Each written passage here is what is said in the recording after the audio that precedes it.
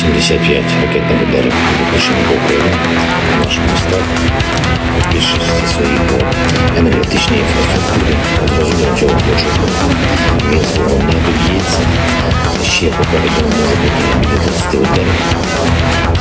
Тож дуже прошу вас всіх, бережіть себе.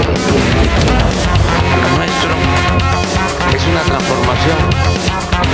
Esto no es en contra de ningún partido ni en contra del gobierno de hoy, es en contra de cualquier gobierno que ahorita o en el futuro quiera tomar control de unas elecciones.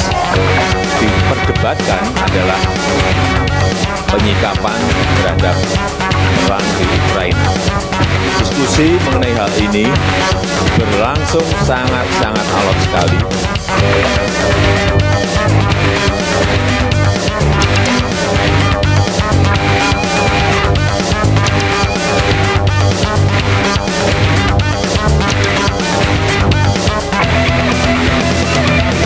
Tonight announcing my candidacy for President of the United States. Crónicas e imágenes que ya recorren el mundo. Bienvenidos. Así comenzamos Televisión Pública, Noticias Internacional, este sábado en horario especial.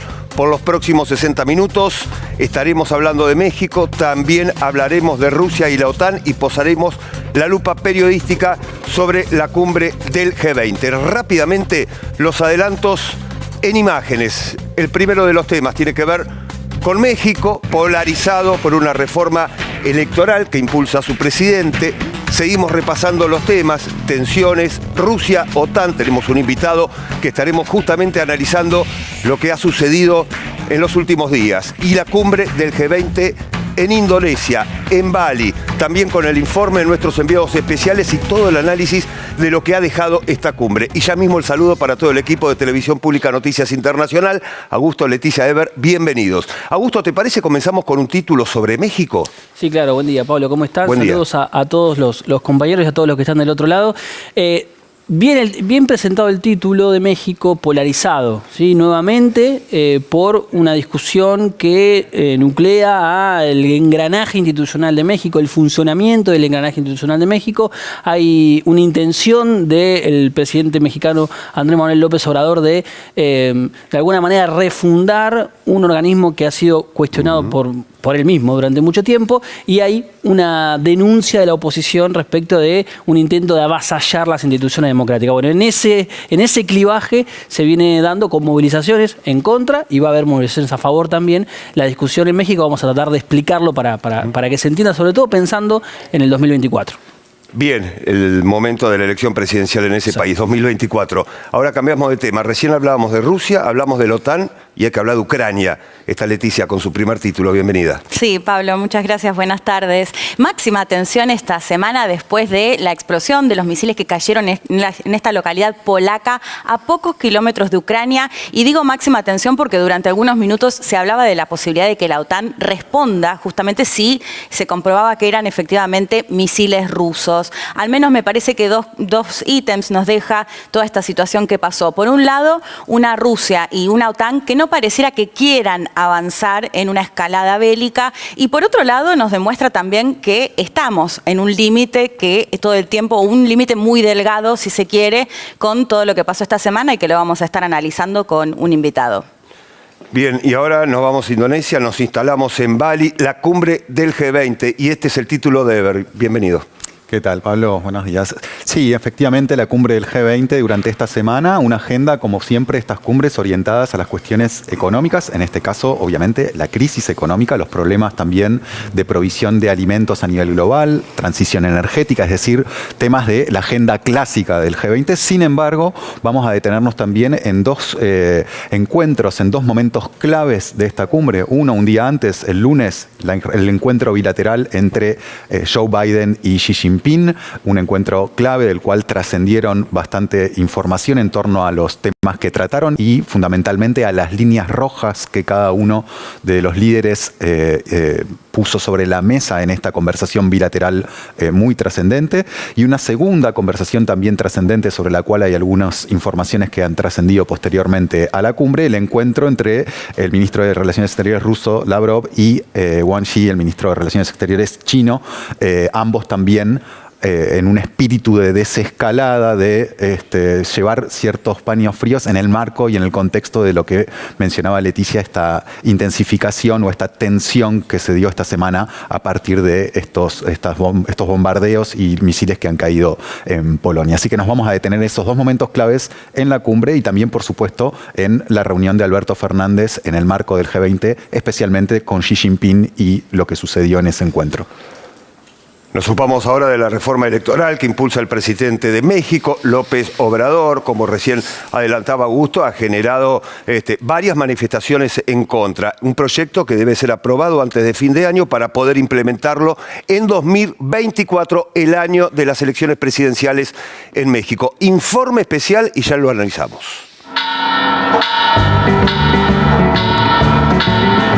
La reforma integral del sistema electoral que propone el presidente de México, Andrés Manuel López Obrador, debería aprobarse antes de fin de este año para que se aplique en las presidenciales de 2024. El proyecto modifica 18 artículos de la Constitución, convirtiéndose en la reforma electoral más relevante desde la década de los 90. Uno de los puntos que impulsa AMLO es la creación del Instituto Nacional de Elecciones y Consultas para sustituir al Instituto Nacional Electoral, creado en 1996 para quitarle al gobierno de turno el control de los comicios. El nuevo órgano electoral pasaría así de 11 miembros a 7 y perdería la facultad de confeccionar los padrones. Además, la propuesta elimina los organismos públicos locales electorales, cuya función es organizar las elecciones en forma autónoma en los 32 estados de México que ahora serán administrados por el INEC. Por otra parte, el Tribunal Electoral del Poder Judicial de la Federación asumiría las funciones que hoy tienen los tribunales electorales estatales, quitándole autonomía a los estados. A esto se suma una reducción de la Cámara de Diputados que pasará de 500 a 300 bancas y la del Senado, que de 128 escaños se reduce a 96. La reforma también achica el presupuesto público que perciben los partidos políticos y se limitará a otorgarlos en los años electorales. Fuera de esos periodos, las organizaciones políticas deberán buscar recaudaciones alternativas para subsistir. Hacemos un llamado a todos los grupos parlamentarios. La reforma impulsada por AMLO genera resistencia en la oposición, encabezada por el PRI, el PAN, el PRD y en diferentes sectores de la vida política mexicana, que se manifestaron masivamente en las calles en diversas ciudades del país. Presidente, el INE no se toca. Y aquí estamos cientos de miles de jóvenes que vamos a dar la batalla por este instituto que muchas vidas costó a muchas personas en el país y que, claro que es perfectible y que claro que lo podemos mejorar, pero no con su reforma autoritaria que nos quiere quitar a un órgano autónomo y al árbitro autónomo. El principal cuestionamiento es la pérdida de autonomía de los estados en los comicios y la centralización del proceso electoral, que favorecería al partido que esté gobernando México.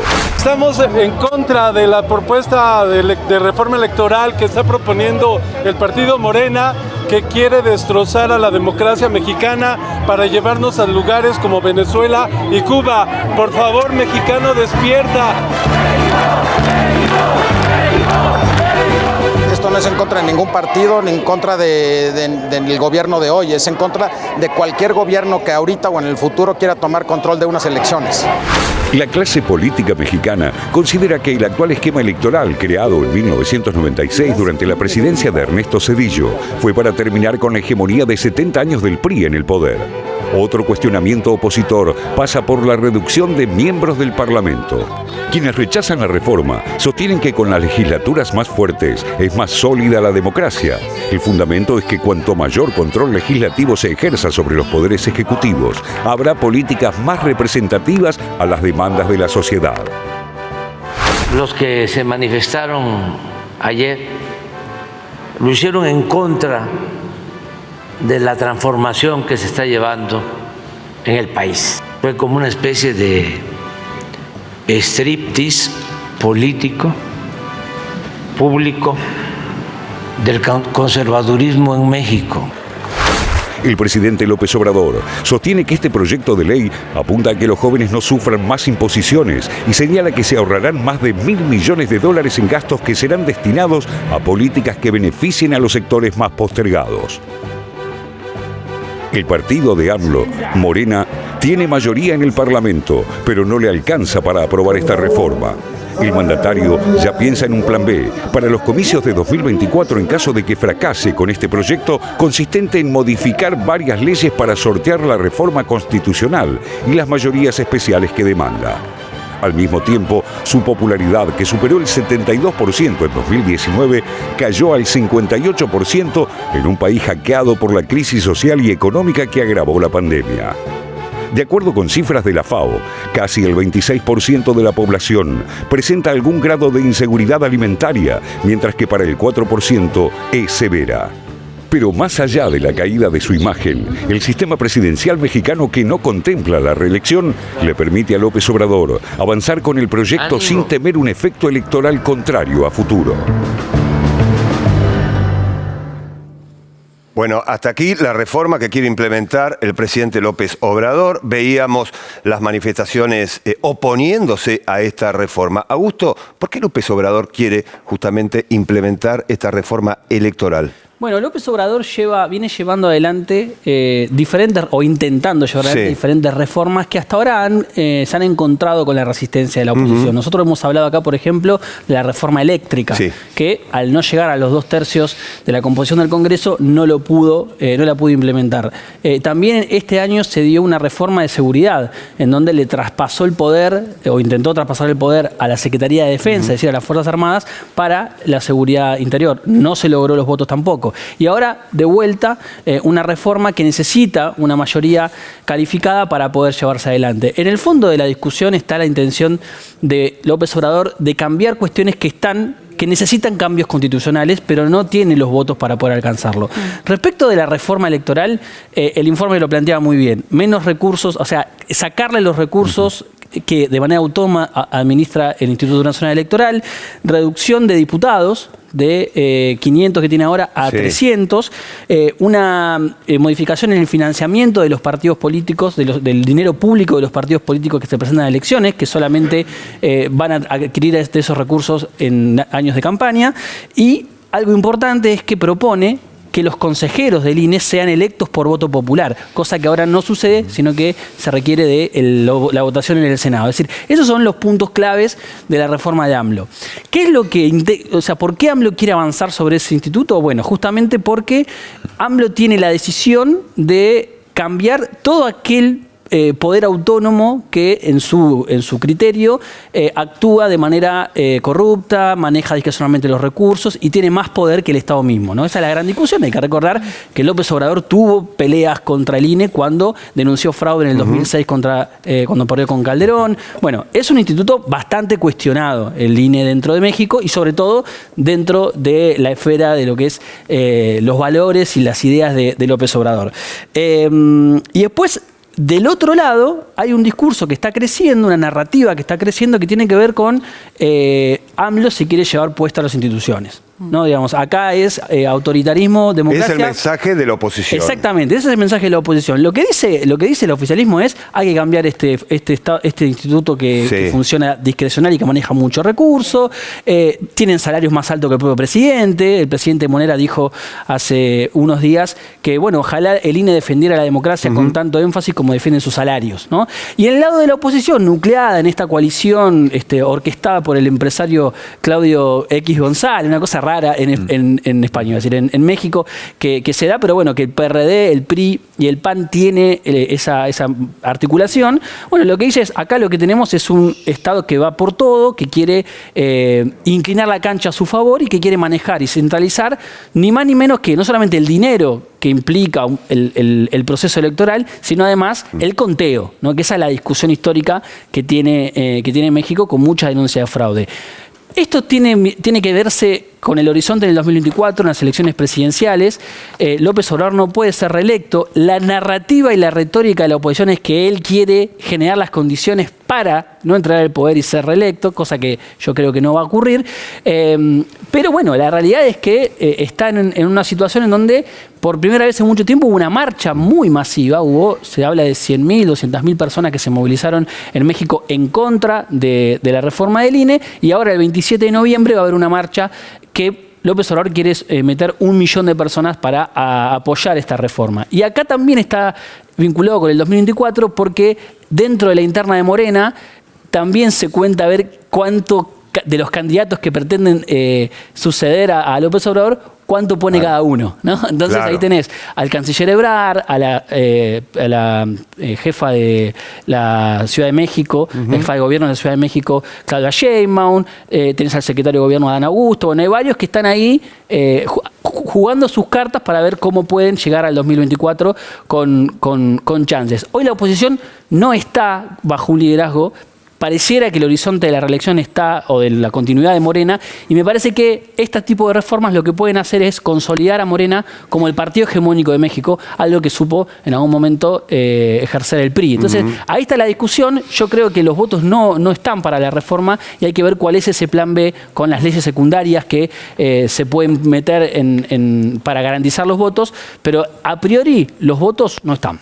Bien, Leticia. Sí, Augusto decía, bueno, que los votos no están garantizados. Sí. Es probable, ¿no? Una posición que ya salió fuertemente, incluso exmandatarios que participaron de la marcha a la que hacía referencia Augusto, pero sí un gobierno que al menos tiene la intención de presentar un plan B. Lo hablábamos fuera del aire, que pasó algo similar con las medidas energéticas e incluso después lo que anunció AMLO con respecto al litio. Es decir, que se espera que igual intente avanzar ya no reformando, creo que son 18 artículos constitucionales, sino reformando algunas leyes, pero sí intentando llevar adelante, digamos, este proyecto. O sea, una reforma parcial. Claro, no sería reformando estos 18 artículos constitucionales, que es sobre todo lo que la oposición plantea o cuestiona en parte.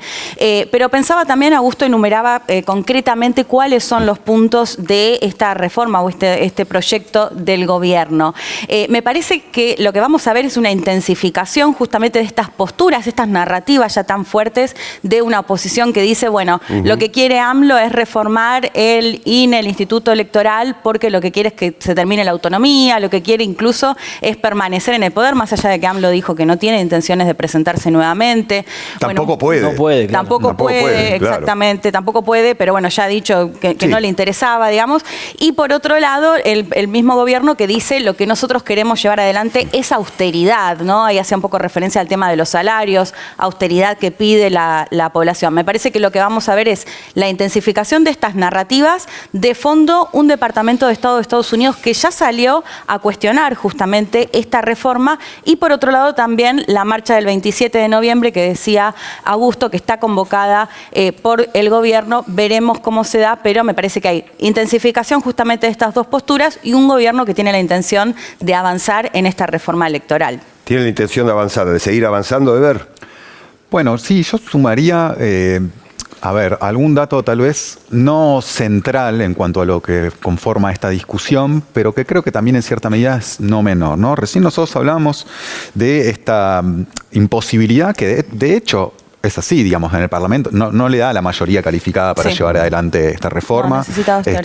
No los tiene, no los va a tener, y por lo tanto lo más probable es que vayamos a un escenario de legislaciones secundarias que intenten introducir algunas de estas modificaciones, que tienen que ver sobre todo con las cuestiones de financiamiento y con quién centraliza el poder en términos de la cuestión electoral.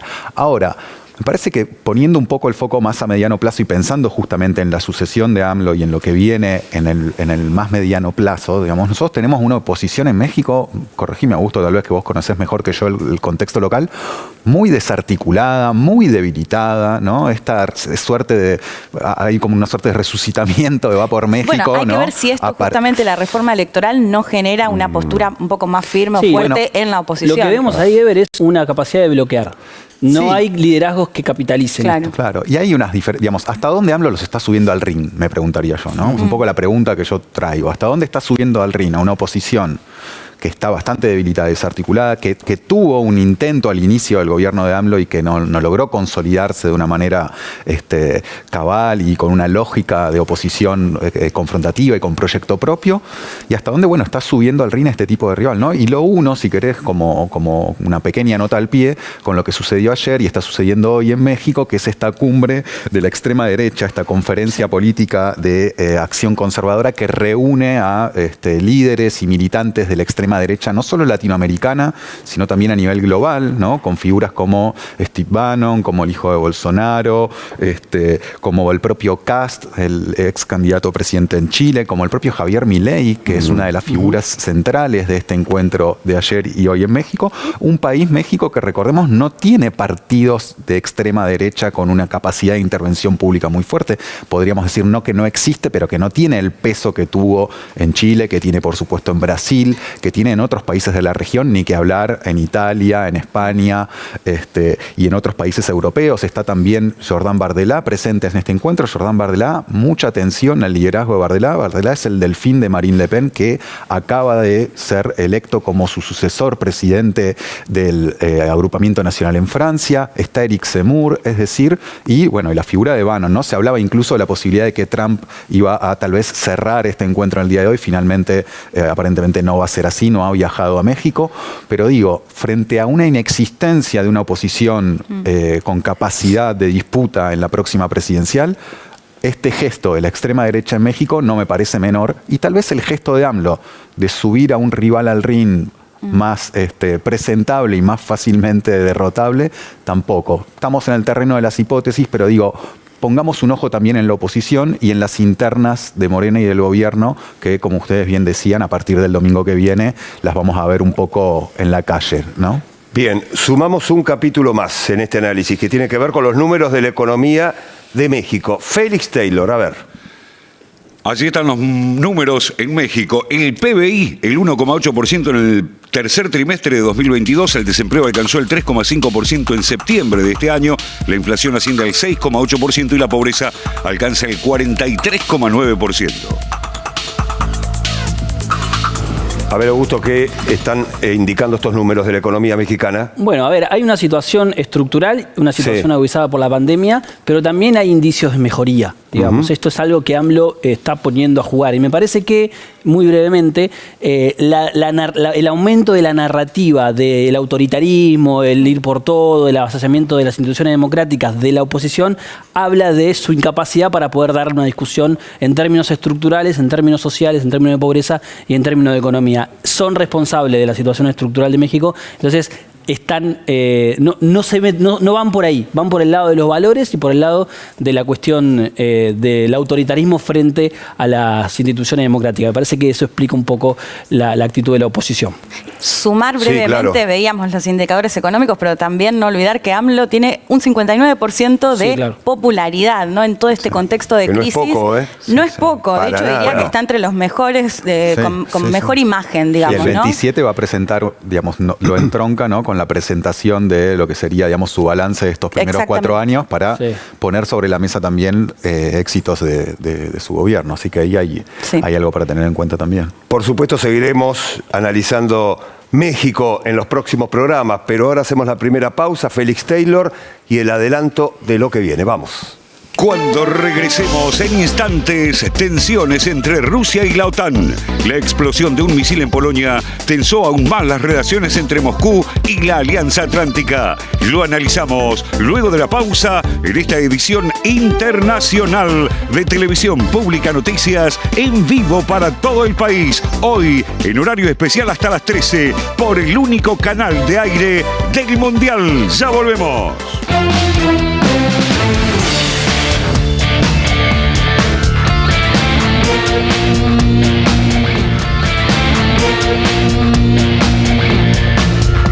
Vamos ya mismo del misil que impactó en Polonia, en las primeras horas atribuido a Rusia. En este informe, donde tenemos varios audios, allí reflejan lo que ha sucedido en Rusia, en la OTAN, pero también en Ucrania y por supuesto en Polonia. Paquete de audios y ya analizamos el tema.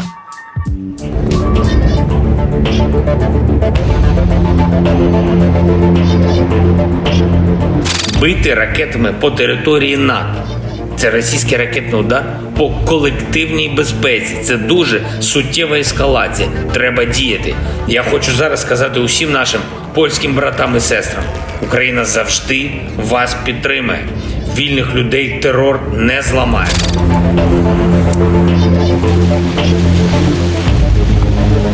Опубликованные вечером 15 ноября в Польше фотоснимки обломков, обнаруженных в населенном пункте Пшевудов однозначно идентифицированы российскими специалистами оборонно-промышленного комплекса как элементы зенитной управляемой ракеты комплекса ПВО С-300 воздушных сил Украины.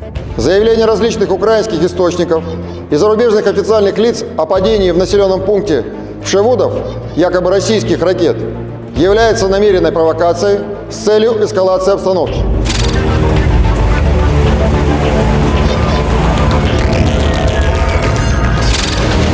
To jest, proszę Państwa, tak, że każdy chce zobaczyć swoje własne dowody.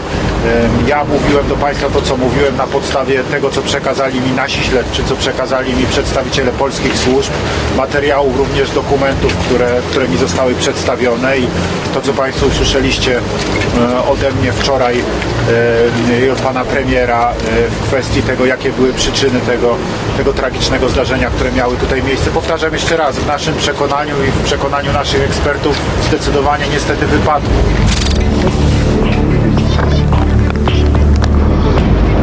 Based on what we so far know, this is most likely Ukrainian air defense systems or missiles. But again, this is not Ukraine's fault.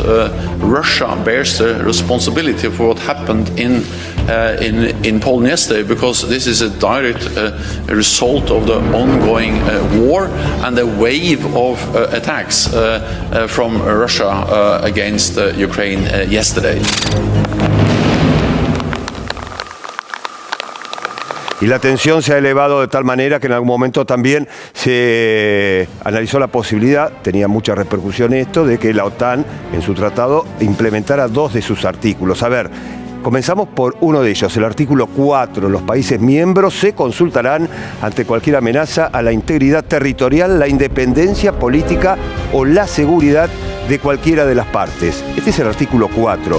Pero vayamos al artículo clave, el 5. Los países miembros se comprometen a defenderse los unos a los otros en caso de un ataque armado a cualquiera de las partes. Ya está nuestro invitado, se lo habíamos adelantado, Félix Taylor, la ficha técnica de nuestro invitado. Nuestro invitado de hoy es Andrés Servín.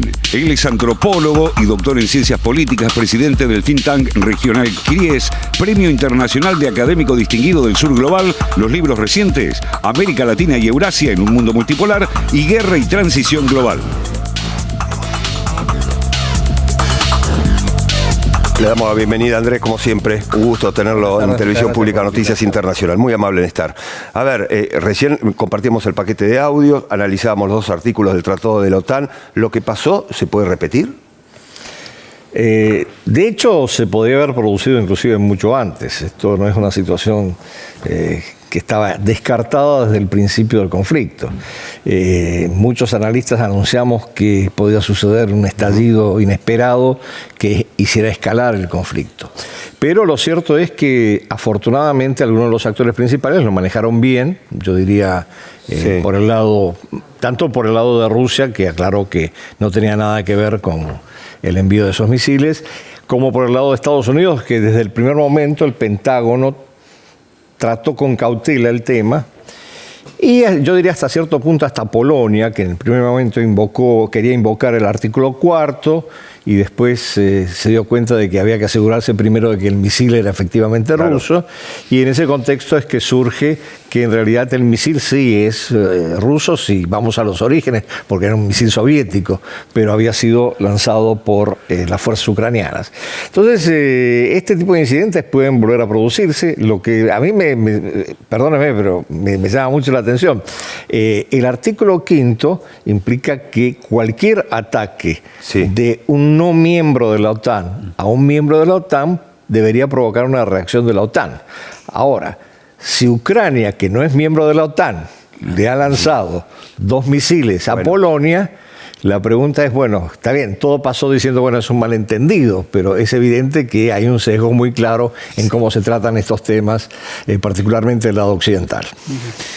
Andrés, se vio en una primera reacción de cuando se dio este episodio una suerte de OTAN dividida, ¿no? De entre los que plantearon más prudencia y trataron de no agitar la idea de que Rusia había atacado Polonia, y otros que, los países bálticos y otros países que planteaban una mirada como, bueno, hay que acorralar a Rusia y evitar que esto pueda suceder nuevamente. ¿Existe esa división? ¿Hay como dos velocidades o dos lecturas diferentes en este momento de la OTAN respecto de cómo abordar esta situación? Sí, yo creo que claramente hay dos miradas distintas, por lo menos entre aquellos países que han estado vinculados en su momento al bloque soviético y que tienen una actitud muy antirrusa en esta situación, empezando por Polonia, que manejó bien la situación, pero los países bálticos también salieron inmediatamente a llamar a la aplicación del artículo 4. Y por otro lado,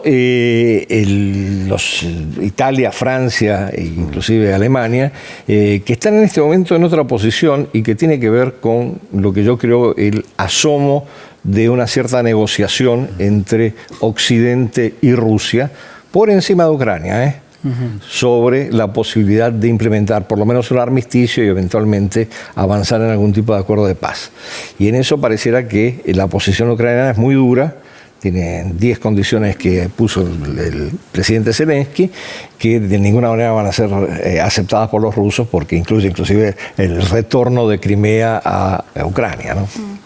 Andrés, bueno, primero sumar que la respuesta de Stoltenberg con respecto a lo que usted decía fue, bueno, esto no es culpa de Ucrania, sino que sigue siendo culpa de Rusia, ¿no? Fue un poco el justificativo.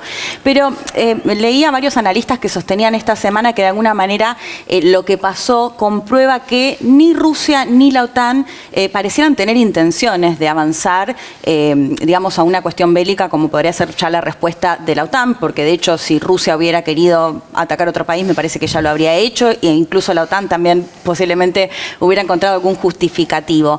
¿Podemos quedarnos más tranquilos con que existe esta intención o estamos en un límite que estamos naturalizando, digamos, en un límite con la posibilidad de ir a una gran guerra?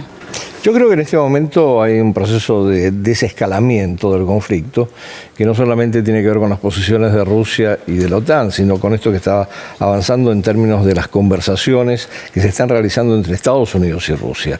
Recordemos que el lunes hubo una reunión en Ankara entre los jefes de inteligencia. Hay prevista ahora próximamente una reunión entre los dos cancilleres. Evidentemente hay un esfuerzo para tratar de encontrar una salida. Yo creo que la reunión del G20 también ha presionado o empujado para que se busque una salida, y en ese sentido también creo que desde el lado ruso hay una mayor disposición a llegar a algún tipo de conversación que lleve para empezar, a un armisticio, que es lo fundamental, y después algún tipo de acuerdo.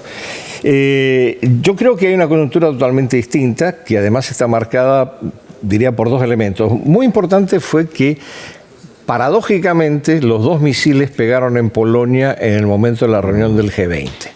No, yo no quiero hacer teorías conspirativas, pero yo llamo la atención sobre esto. Inmediatamente eso implicó la convocatoria del G7 y de los miembros de la OTAN que estaban en Bali en ese momento. Y el segundo elemento es que hay un cierto grado de fatiga con la demanda permanente de Zelensky y del gobierno ucraniano de ayuda a los países occidentales.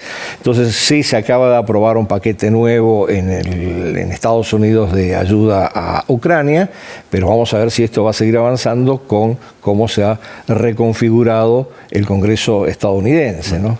Y todo esto como que abre un asomo de esperanza de que realmente vamos a poder avanzar en algún tipo de negociación en torno a la paz. Sí, en ese mismo sentido, digamos, me llama también la atención a lo que usted está señalando, ¿no? Que es esta suerte de contradicción de, por un lado, una suerte de reapertura de la vía diplomática, un poco si retomamos estas reuniones que mencionábamos del G20, estas que se avecinan que usted mencionaba, y la necesidad, ¿no?, de llegar en algún momento a alguna instancia de reconstrucción del diálogo, al menos para lograr un armisticio. Pero por otra parte, un poco para matizar también la postura de lo que veníamos conversando recién, uno podría plantearse en qué medida esta consecuencia, digamos, y estos misiles que cayeron en Polonia, hasta dónde también no tienen que ver con una suerte de nueva estrategia, y esta sería la pregunta, digamos, ¿hay una nueva, ya no digamos, decisión táctica, sino de orden estratégico de Rusia de avanzar con estos bombardeos que se acercan cada vez más también a fronteras orientales, digamos, de Ucrania, que se van extendiendo en el territorio a partir de lo que habían sido estos retrocesos que veíamos durante las últimas semanas, ya casi meses, digamos, ¿no? Entonces, ¿cómo esta nueva estrategia militar rusa puede también estar en contradicción fuerte con esta posibilidad de reapertura de diálogo, ¿no? Es una pregunta que me planteo. En realidad, creo que muchos analistas coincidimos en que se presentan tres escenarios. Uno, la contraofensiva iniciada por Ucrania, a pesar de la retirada rusa al otro lado del río Dnieper, va a seguir, cosa que yo dudo porque las condiciones en este momento atmosféricas no lo permiten. Y además está este otro elemento de la fatiga de la ayuda occidental, que es importante tener en cuenta.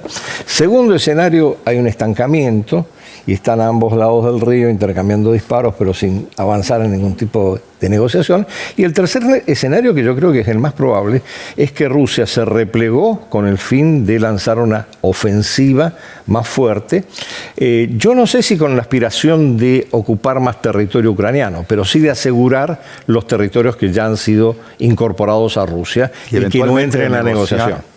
Y de negociar con una capacidad. Y negociar desde una posición de fuerza, ¿no? Yo creo que esos son los tres escenarios que se presentan.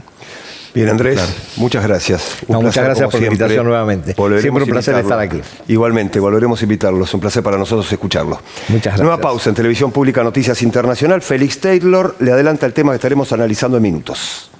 Todavía nos queda mucha información y cuando regresemos, cumbre del G20 en Bali. La guerra en Ucrania y sus consecuencias dominaron el encuentro. Te lo contamos en instantes. Ya volvemos.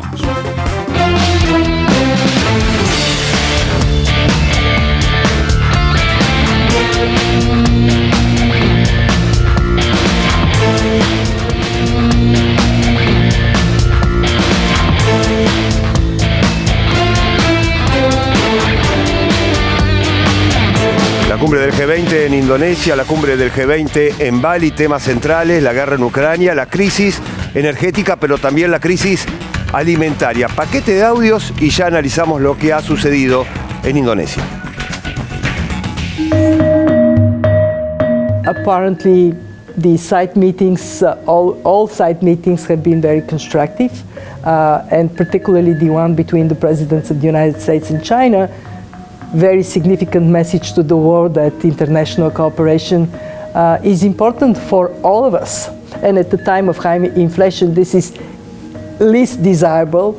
And also China recognizes that there has to be a reliance on mutual cooperation because we see the Chinese economy being in a very tough spot. Mr. Speaker, yesterday I held my first meeting with President Biden.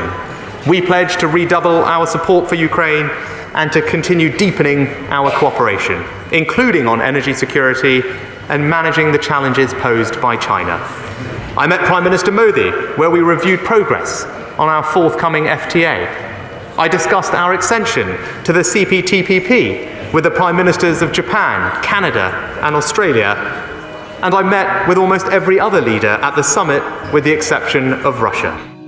Наши западные коллеги всячески пытались сделать эту декларацию политизированной и пытались протащить формулировки, которые предполагали бы осуждение действий Российской Федерации от имени всей двадцатки, то есть включая и нас самих. Мы настояли на том, что если уж так хочется обязательно эту тему затронуть, хотя она никоим образом не касается повестки дня и компетенции двадцатки, то давайте будем поступать по-честному и давайте зафиксируем, что по этой теме у нас есть различия. Да, идет война на Украине, гибридная война, которую Запад развязал и которую он готовил долгие годы. G20 à Bali nous montre que malgré les tensions et les risques de division, le multilatéralisme et la défense de la paix continuent de prévaloir. Car c'est l'intérêt de tous. La Russie n'a pas souhaité s'isoler face à une majorité de fait au G20 sur ce point. Et au-delà des négociations pendant ces 2 jours de sommet et dans les jours qui ont précédé au niveau de nos Sherpas, la Russie doit désormais entendre le message qui lui a été très clairement envoyé par la communauté internationale ici réunie et revenir à la table des négociations.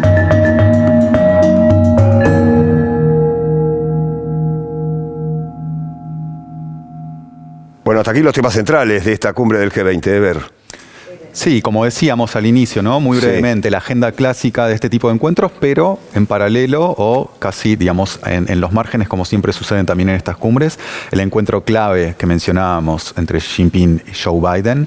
La posición de los Estados Unidos y de China, está bien, tengamos en cuenta que era en un contexto también de desescalada, de paños fríos, a partir de lo que mencionábamos en el bloque anterior, pero han aparecido declaraciones posteriores a ese encuentro que marcan una suerte de diferenciación clara por parte de los Estados Unidos y también de China, pero claramente desde el lado de los Estados Unidos respecto a la manera de relacionarse con China como un actor con el que efectivamente tiene una competencia feroz, pero con quien también intenta construir alianzas en temas estructurales y claves para la gobernanza global, no así, por supuesto, lo que sucede con Rusia, que es un actor con el cual los Estados Unidos mantienen una relación de máxima tensión en estos momentos. Vamos a ver en qué deriva. Se habla de una serie de líneas rojas que se han puesto sobre la mesa entre ambos liderazgos. Por otra parte, aparecen ciertas grietas también al interior del G20 sobre la salida posible al conflicto en Ucrania. Mencionemos dos cuestiones. Por un lado, muy brevemente, lo que mencionábamos recién con Andrés en el bloque anterior, la postura de Ucrania de poner sobre la mesa una serie de 10 condiciones, las cuales son de muy difícil cumplimiento, pero por otro lado, la presión que aparece ahora también de los Estados Unidos para reabrir eventualmente el diálogo y sobre todo de los países europeos. Se habla de un encuentro bilateral entre Macron y Xi Jinping en el cual claramente Macron le pidió a Xi Jinping que China se transforme en el actor clave para iniciar las conversaciones de paz y establecer algún tipo de diálogo que se pueda abrir a partir del año que viene para acabar, al menos con lo más agudo del conflicto, llegar a algún tipo de armisticio. Bien, también la presencia argentina en esta cumbre del G20 en Indonesia, la presencia del presidente Alberto Fernández, varias reuniones, por ejemplo, con el presidente de China, también con la titular del FMI. Informe de nuestros enviados especiales. El presidente Xi Jinping planteó la posibilidad de aumentar los volúmenes de exportaciones, sobre todo de exportaciones con valor agregado argentino. En paralelo se planteó la necesidad de ampliar los usos y el volumen de uso del swap, la decisión del gobierno chino de ampliar el uso del swap en 5.000 millones de dólares, que para que se entienda son 5.000 millones de dólares que vienen a fortalecer nuestras reservas, que nos dan frente al mercado único libre de cambio mayor fortaleza para el Banco Central y nos dan la posibilidad de disponer de más herramientas para garantizar sobre todo las importaciones de las pequeñas y medianas empresas, de las industrias argentinas, que a veces tienen el temor de no poder acceder a los dólares. Nos informó el presidente Xi que había autorizado al gobierno chino a que Argentina disponga libremente de 35.000 millones de yuanes, lo que significan 5.000 millones de dólares. Para nosotros esa es una gran noticia. Lo agradecimos profundamente. Me explicó el presidente Xi que era una excepción absoluta que hace China para con Argentina y así lo tomamos y así lo agradecemos. El segundo tema era un reclamo que tenemos por una deuda que se mantiene de China por las reservas Zepernik y Néstor Kirchner, las represas, perdón, de Kirchner y Zepernik. Ellos admitieron que esa deuda estaba pendiente, dio instrucciones al Consejo de Desarrollo para que estaban acompañándolo para que rápidamente se pongan en marcha para poder cubrir esa deuda. Pues otra cosa. Bueno, diferentes declaraciones, lo veíamos al ministro de Economía, lo veíamos al presidente de la Nación, destacando, por ejemplo, el encuentro con el presidente de China. Me parece que de la gira, también hay que comparar y hay que tener en cuenta la reunión que mantuvo el presidente de la Nación con la titular del fondo. Pero en lo que respecta, obviamente, hablando de números importantes, la reunión con el presidente de Chile es clave en esta visita a la cumbre del G20. Exactamente, 5.000 millones de dólares de swap van a engrosar las reservas del Banco Central, algo que se necesita en este momento, con lo cual es de alguna manera la continuidad de un lazo que es muy importante entre Argentina y China, que ya se había reforzado en su momento con el viaje de Alberto Fernández en febrero a Pekín y que ahora en esta nueva cumbre se fortalece. Importante también la reunión con Kristalina Georgieva del Fondo Monetario, que habló de rumbo exitoso, ¿no? Pero alertando también la necesidad de controlar la inflación, pero fueron palabras elogiosas, sobre todo para la gestión económica de Sergio Massa. Entonces fueron, me parece, las dos reuniones más importantes que tuvo el gobierno. También me parece que es importante destacar, independientemente del contexto del G20, lo que pasó en el Foro de la Paz en París. Sí. ¿Foro de Paz se llama así, no? Por la Paz. Sí. En París, donde Alberto Fernández fue parte de una reunión importante con Macron, con Gustavo Petro de Colombia, con las autoridades de Noruega y con Jorge Rodríguez, el presidente de la Asamblea Nacional Venezolana, para empezar a darle un marco más institucional al diálogo entre el gobierno venezolano y la oposición. Me parece que esa reunión hay que ponerla dentro de las reuniones que ha tenido el presidente en esta gira internacional, que culminó con estas dos muy importantes en el G20 en Indonesia. Bien, nos vamos a los Estados Unidos. De esta manera, Donald Trump anunciaba su candidatura presidencial para 2024.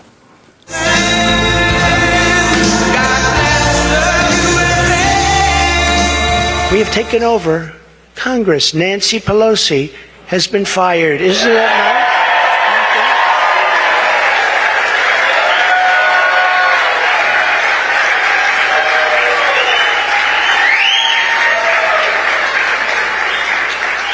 I told them, I said, if you just keep a little bit lower standard, you're going to have a big victory. They said, let's win by 40 seats. Let's win by 50. I said, if you win by 2 seats, be happy.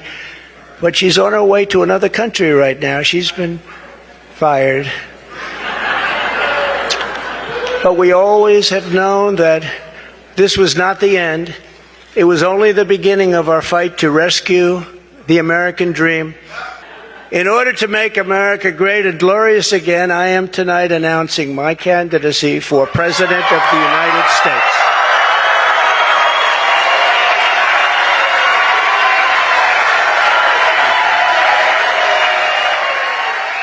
Leticia, nadie descartaba que finalmente Donald Trump iba a terminar lanzando su candidatura para 2024. No había ni discusión. No, iba a suceder, estaba claro, él dijo lo del gran anuncio. Igual las últimas horas había especulaciones si lo iba a hacer finalmente, primero porque falta bastante todavía para el 2024, pero sobre todo por el contexto en el que se daba este discurso, que lo hizo desde su mansión en Florida, porque era un Donald Trump que diría la figura más golpeada de las elecciones legislativas y a gobernadores que se había dado la semana anterior.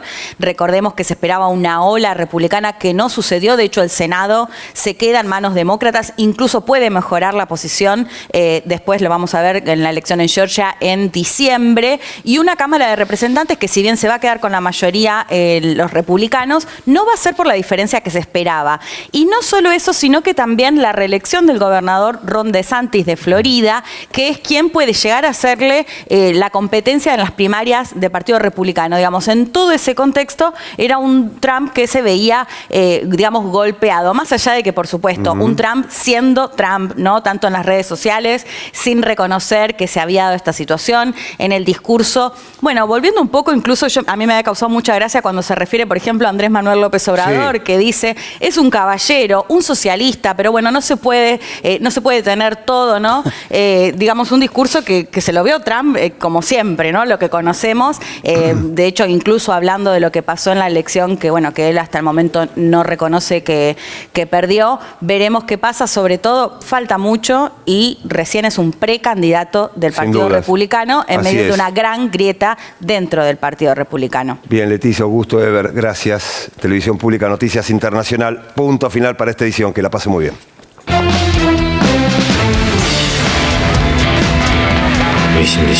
ракетних ударів по нашому України, по нашому містах, більшість своїх по енергетичній інфраструктурі, зрозуміло, чого хочуть. Він свого не доб'ється, ще попереду може бути біля 30 ударів. Тож дуже прошу вас всіх, бережіть себе. Es una transformación. Esto no es en contra de ningún partido ni en contra del gobierno de hoy, es en contra de cualquier gobierno que ahorita o en el futuro quiera tomar control de unas elecciones. Diperdebatkan adalah penyikapan terhadap perang di Ukraina. Diskusi mengenai hal ini berlangsung sangat-sangat alot sekali.